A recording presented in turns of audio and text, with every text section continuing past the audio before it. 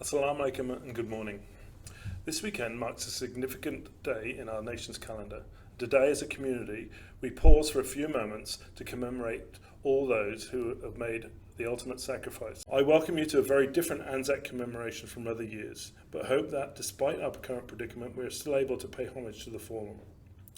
As well as today, I commend your showing your support for our servicemen and women on Anzac Day itself on Saturday morning.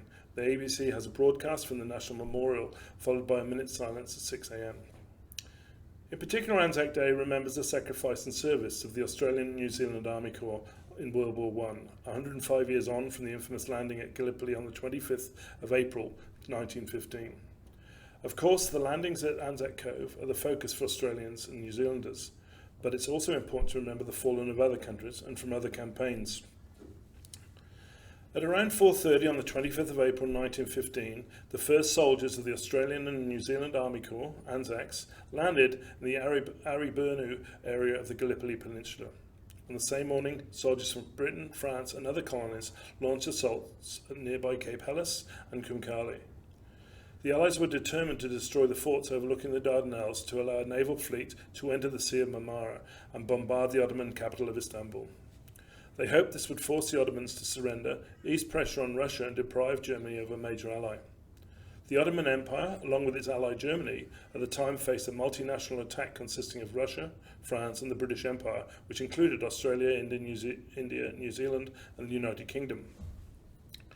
Over 8,700 Australian troops lost their lives during the Gallipoli campaign, with a further 17,260 wounded or missing.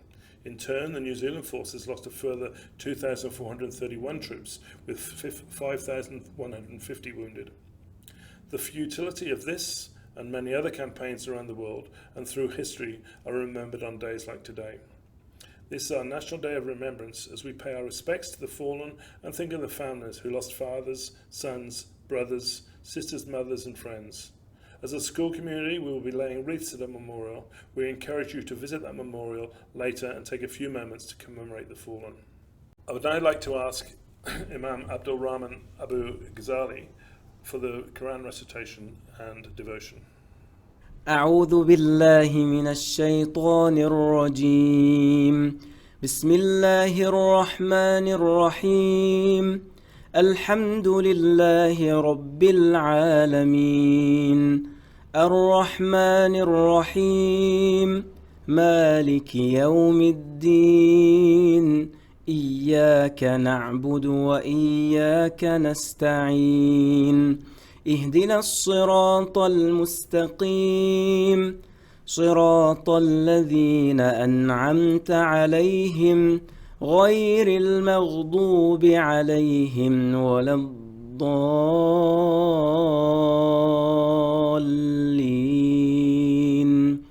In the name of Allah, the most gracious, the most merciful.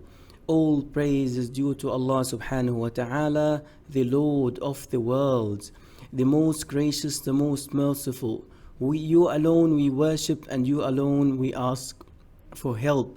Guide us to the straight path, the path of those whom you have bestowed favor, not of those who have earned your anger or those who went astray. Ameen. Thank you, Imam. Our commemoration today is being held on the traditional lands of the Yugara people, and we wish to acknowledge them as the traditional owners.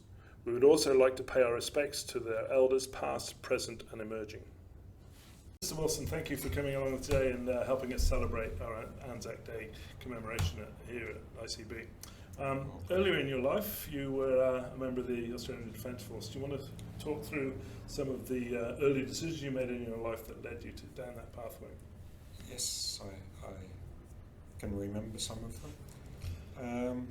When I was a kid, I played lots of soldier games and was rather interested in the Defence Force because my grandfather had been in the Royal Australian Air Force during World War II. His brother and uncle had been in the Australian Army during the same war, and a cousin of mine had been conscripted into the Australian Army and went over and fought in Vietnam. And they're all heroes to me. Exactly, yeah. And that's what we're talking about today. So, yeah. You were only very young, 15, I believe, when you signed up. What did Mum think about that? It came about, I was watching, we were at a friend's place and we were watching an ABC program called A Big Country, and they had a episode on HMAS Vendetta and her crew. Right. And from that point on, it was the Navy for me. And I talked Mum into sending off and getting the applications and that, and I filled it out and managed to convince her that took a while, but she eventually signed the papers to give permission for me to go off and join the Royal Australian Navy. I can't imagine sending my 15-year-old son off to the Defence Force. So here you were in Brisbane, a 15-year-old. I believe your first base, your training base, was in WA. Do you want to talk us through that whole journey and what happened there? Yeah, HMAS Lewin. We went down to Brisbane to do the swearing in, sign on ceremony, and then along with half a busload of other young 15-year-olds, all anxious and looking for adventure, we were bussed out to the airport and got on a plane headed for Western Australia. And we arrived at Perth Airport, put us on another bus, took us down to HMAS Lewin at about 11 o'clock at night, and the first thing they did to us was send us into the junior sailors mess, and we had curried sausages and rice. It's our first meal in the Navy. Well done. That's it. So was that your first time on a plane, presumably? Yes. Yes, so there you go, exciting. So while you were in WA, I believe that you actually changed some of your roles. Do you want us to talk us through that journey? Yes. When you first go to Lewin, you go in as a junior recruit, and you have 4 stages covering the 4 terms of the year that you're there. I was there a junior recruit. I went through the first 3 stages, but my divisional officer evidently thought I had potential to become an officer, so he recommended that I go into what's called a Topman's course. And that's Topman's course is an an officer candidates course, and you then go from a junior academic level to a senior academic level, and it's pretty much all academia for the Western Australian Senior Certificate. Okay, so higher order, okay. Yeah. And but I was, after 6 months of that, I felt it wasn't right, for me anyway, and so I applied to just go into the regular junior sailor course and become a signalman, because we were able to choose what category we wanted to do. Got you. And I believe that led you then to Victoria rather than WA, so Yes. around the States a little bit. The communication school still is, at HMAS Cerberus in Victoria, Western Port, Victoria, and so that's where they sent me. Mm-hmm. But your course doesn't always start the day after you arrive. You were talking about this earlier, so I believe you had some fairly menial tasks to perform when you first arrived. So not menial, very important. Very important, but menial. Yes. Talk us through that. That's a good story. One of the first jobs that I was allocated to was we would collect the scraps from the gullies around the base and take them out to a farm near the base and feed them to the local pigsties. There you go. And not Very allowed important anymore. job. Yeah, very important, but it's not allowed anymore. Then I was lucky enough to get an indoors job where I was working in the scullery in the main junior sailors mess, and my job there was washing dishes for over 1,000 sailors 3 times a day. Wow. Which was not good for the hands. But on occasion, we would have to do things like scrub the floors and clean the tables. It's important jobs. Yeah, we learned how to use floor polishers and things like that. So then your training finally started, and you qualified as a signalman. Is that signalman? Yeah. And what was your next move?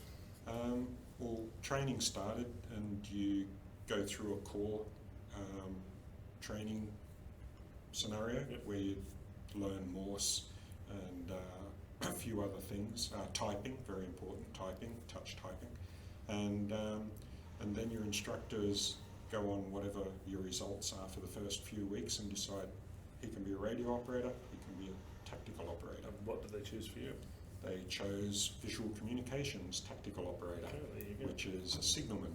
And so that's when I specialised in Morse, flashing light, flag signalling, TAC radio, and fleet manoeuvring. Okay, all this And communication. cryptography, which was really interesting. Interesting, yeah, okay. We've gone from Queensland to WA to Victoria. I believe your next move was to New South Wales and to Sydney. Yes. That was after the end of your training, presumably. So, Shortly after, I had a period before I was posted to Sydney where I did a couple of other jobs, communications type jobs, Yeah, okay. before going, which were good.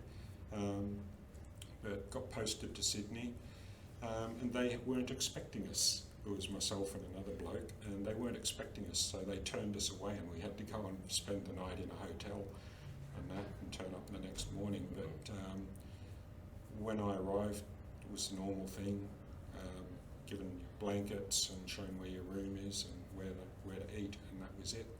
But I worked in the communications centre there for a few months, and then I was posted to my first seagoing.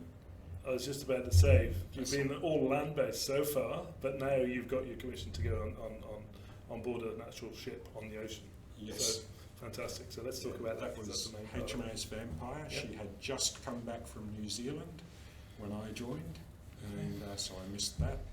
But A destroyer, is that right? destroyer, yes, okay. a Daring class destroyer. And what's interesting, she was sister ship to the Vendetta, which I'd watched the program. Oh, of course, yes. So that's the And link. Okay. That's Gotcha, yeah. a link. She's special in that she was one of the last gunships ever built after the war. Okay. And that, but I spent nearly two years on Vampire. I believe you did quite a bit of travelling with Vampire out to the west and the east and the north. And which countries were you visiting? Not in 1979, we did a Southeast Asian deployment, which is normally 6 months, and we went as far west as India, Sri Lanka, Okay. and as far north as Japan, Yeah. and east as far as the Philippines, Right. Okay. and a dozen or so countries in And between. what were you doing on that deployment? Were you just sailing the ocean's blue, or? Showing the nation's flag, Yeah. we'd go into port and have some good recreational time, Yeah. and but a lot of the time when we were at sea in their waters, we were exercising with their ships Okay. and aircraft. Okay, gotcha. And that. And I believe when you came back, you then took part in some naval exercises from out of North Queensland, Kangaroo 2, I believe. Yeah. Yes, yeah. Kangaroo 2 was a joint exercise, US Navy, Army and Air Force, Okay. the Marine Corps, the Royal Australian Navy, RAAF and the Australian Army, and the New Zealand Navy and Air Force. And Vampire was a part of a very small but important force of 4 ships against the might of the US 7th Fleet, the rest of the Australian Navy, and half the New Zealand Navy, and all the associated forces. You're going to tell me you won next. We there came was, close. there's one story that you shared with me earlier on about when you got a little bit close to one of the guns. Yes, Vampire has 3 4.5-inch dual gun turrets, and I had been on a night shift, gone down, done my duty in the mess, and it was my turn to empty the rubbish. And I went down the starboard side, emptied the rubbish down the rubbish chute, and then was walking along the port side, and all of a sudden, bang. And I was caught in the explosion of after the shells are pushed out of the barrel and that. And I was picked up, my clothes were almost torn from me, but picked up, and if it hadn't been for the guardrail, I would have been over the side. Wow. And I came to, and I was sort of hanging off the guardrail and that. And so, yeah. Any other scary moments?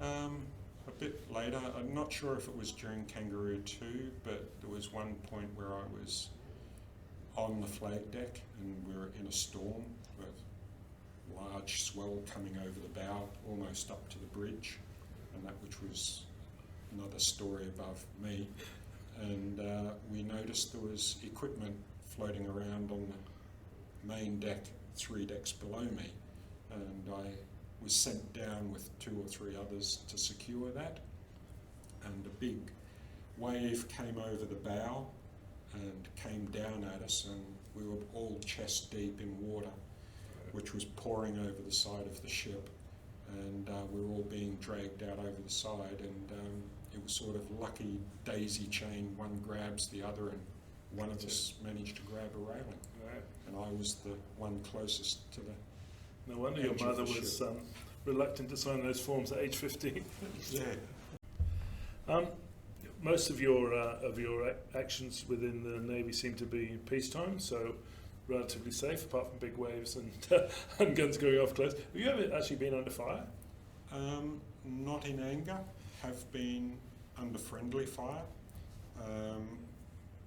We were exercising with a French ship that was part of the French Pacific Fleet, and we were doing a gunnery exercise where we were each towing targets. Our turn to fire first, and our gunnery officer got bored, so he had our computer creep up their cable until 100 metres behind their ship, ceased fire. Then they were very joyous about that, so they were very happy it was their turn, and so they landed a few shells around our target, and then they crept up our line, and we thought, okay, this is getting a bit close. The next thing, there are shells landing in front of the ship, where the geysers are landing on the bow. We all got quite a fright. Not sure why that's called friendly fire. So after Vampire, you went back to land-based position, and then I believe you discharged after some 6.5 years of. Yes. So summing up your naval life and your thoughts about that and your time, how would you do that? It was a great life. I miss it. I miss the camaraderie. There was a lot of dangerous time, even though I was served in peacetime. I believe you've still got a connection to the ADF through cadets. Is that correct? Yes. My son joined the Air Force Cadets, so I went along as a civilian staff member, and then my daughter joined. But when they left, being with the Air Force Cadets, it reawakened my loving of the Navy. And so I jumped ship, as one person called it, and went from the Air Force Cadets to the Navy Cadets, and I'm now based, to use that term, at Training Ship Walrus. In Beenleigh, yeah? In Beenleigh, Eagleby, Beenleigh. And I'm now a Petty Officer ANC. I noticed that you're wearing a medal today. Can you talk us through that medal and what that means to you? Yes, this medal is the service medal that recognises that I've served for 4.5 or more years. I served 6 3/4 years. It's the only one I have because I haven't been in combat, so I don't have campaign or theatre medals, but I wear it with pride. Excellent, excellent. And so you should. Thank you. Thank you for sharing all your stories and your experiences in the Navy with us. It's been an honour to interview you today, and thank you for taking part in this very special day. Thank you. You're very welcome. In a few moments, I will ask you to stand for the playing of the Australian National Anthem. This will be followed by the last post, a recitation of the Ode of Remembrance, and a minute's silence. I would ask that you remain standing throughout this part of the ceremony. The last line of the ode is "We will remember them," which should be repeated together with "Lest we forget," which again should be repeated together. Please stand.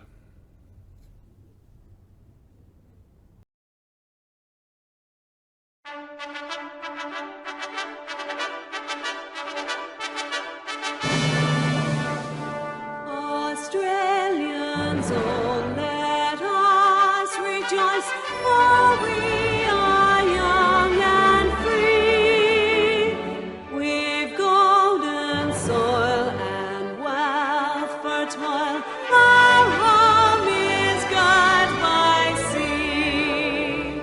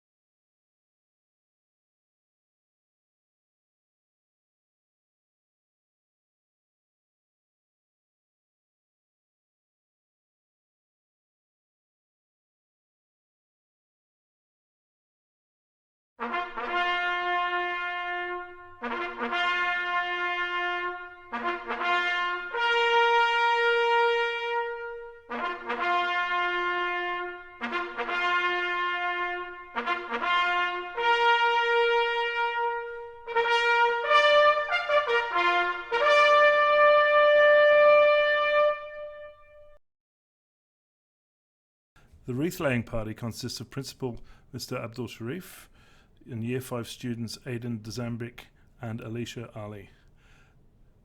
The flag will be lowered to half-mast by Year 7 student Isabella Bibby.